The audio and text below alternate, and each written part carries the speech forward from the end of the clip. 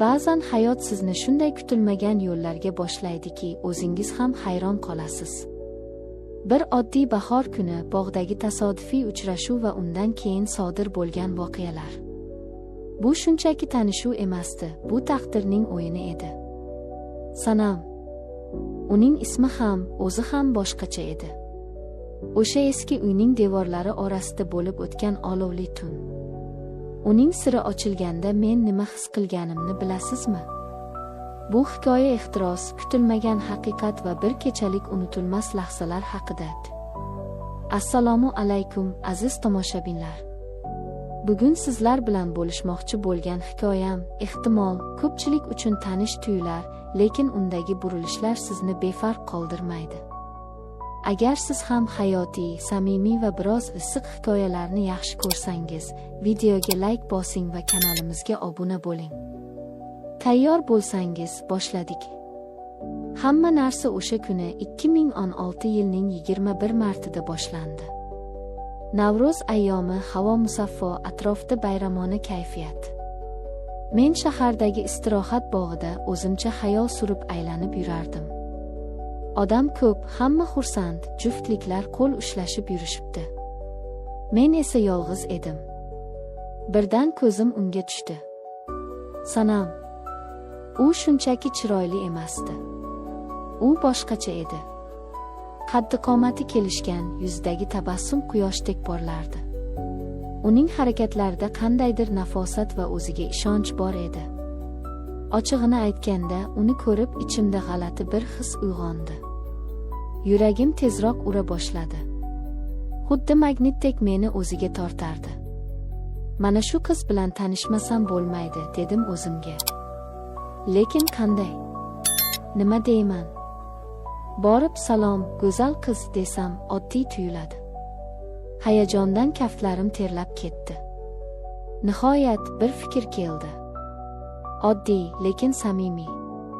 Sekin uning yoniga bordim. U o'rindiqda o'tirib telefonga qarab turardi. Yaxshi qiz, kechirasiz, yolg'izmisiz, deb so'radim, ovozim biroz titrab. U boshini ko'tarib menga qaradi. Ko'zlari shunday chiroyli ediki.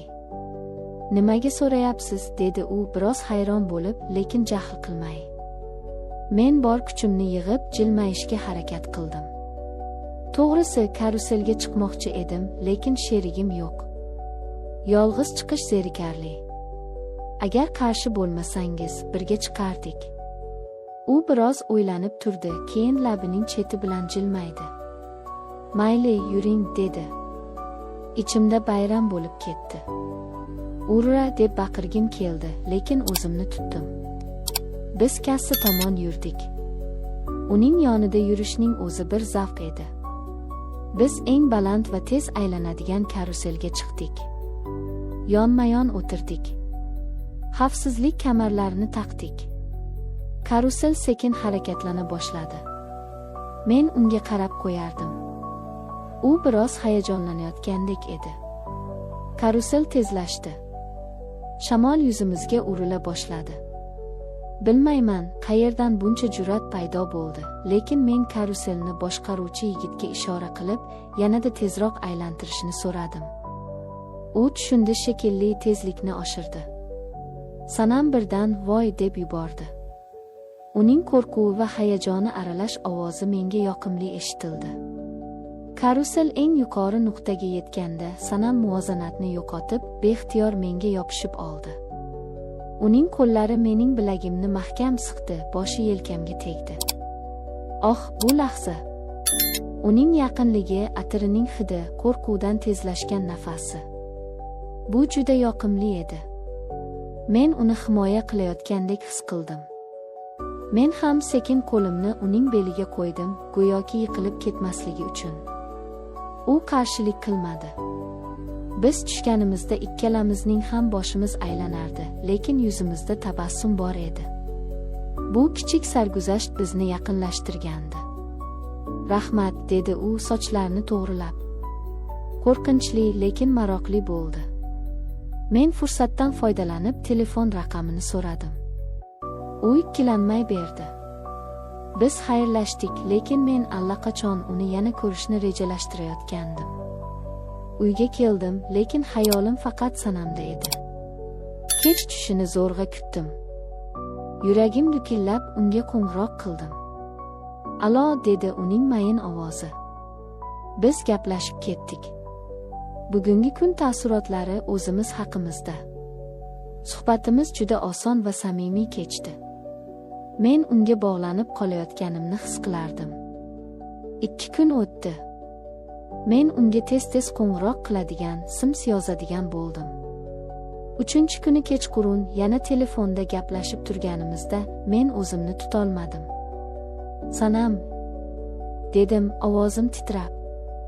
"Bilaman, balki bu juda tezdir, lekin men seni sevib qoldim shekilli. Seni o'ylamasdan turolmayapman." Telefonda sukunat cho'kdi. Men nafas olishni ham unutib, uning javobini kutardim. Rad etsa nima bo'ladi? Ustimdan kulsachi? "Rostdanmi?" dedi u nihoyat, ovozida hayrat va biroz ishonchsizlik bilan.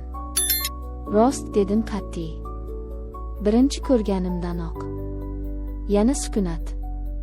Keyin uning pichirlagan ovozi eshitildi. "Bilasizmi, men ham siz haqingizda ko'p o'yladim. Bu so'zlar men uchun dunyodagi eng chiroyli musiqa edi.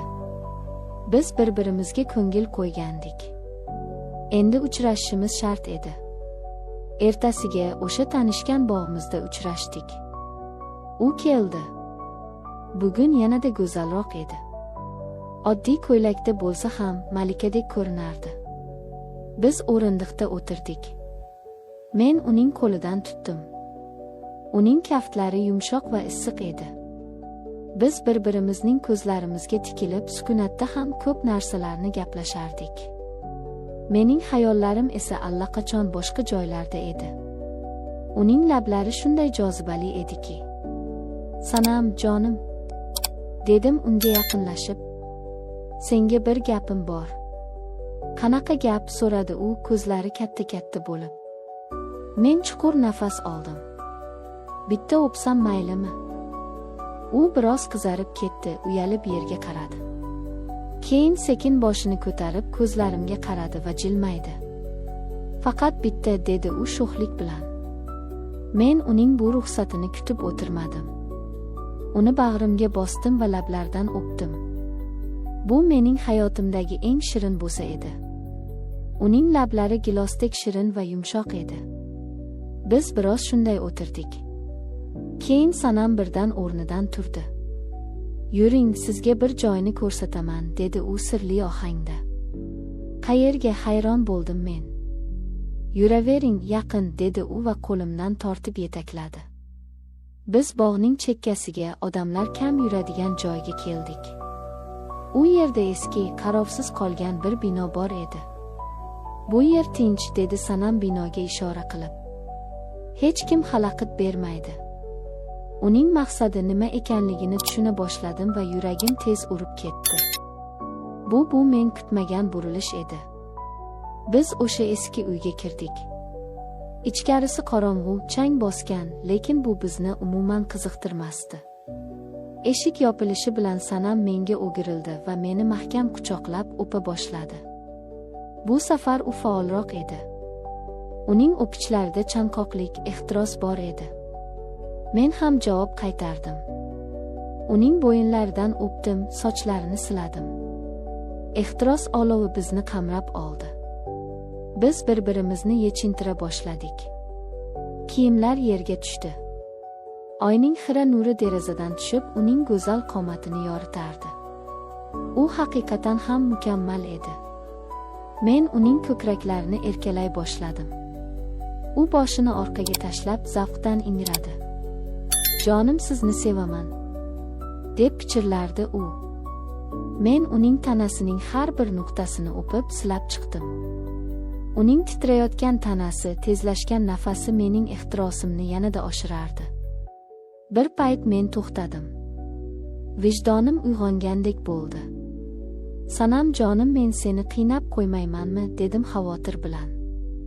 "Axir sen hali qiz bolasan-ku." U ko'zlarini ochdi. Uning nigohida qandaydir g'amginlik va qat'iyat bor edi. "Yo'q", dedi u sekin boshini chayqab. "Men qiz bola emasman." Men qotib qoldim. "Nima?" U ko'zlarini olib qochdi.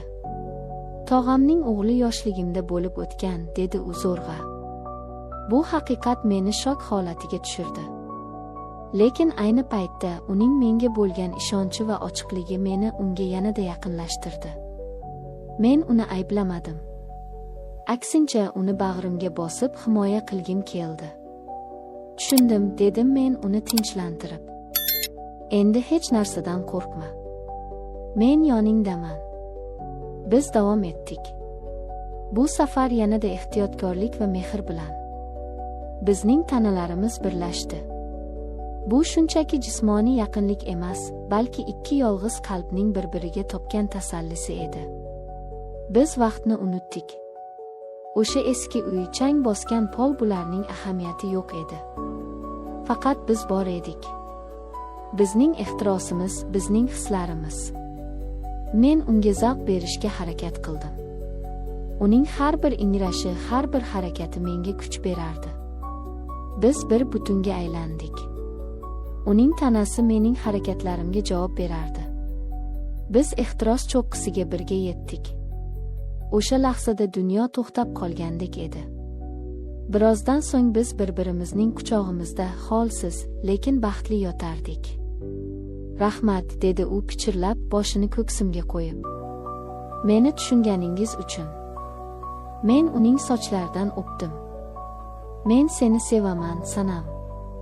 Nima bo'lishidan qat'iy nazar." Biz kiyindik va o'sha eski uydan chiqdik. Tashqarida tun cho'kkan, yulduzlar porlardi. Biz qo'l ushlashib uyga qaytdik. O'sha kecha bizning munosabatlarimizda yangi bir sahifa ochildi. Biz endi shunchaki sevishganlar emas, bir-birimizning eng yaqin sirdoshimiz edik. O'shandan beri biz birgamiz.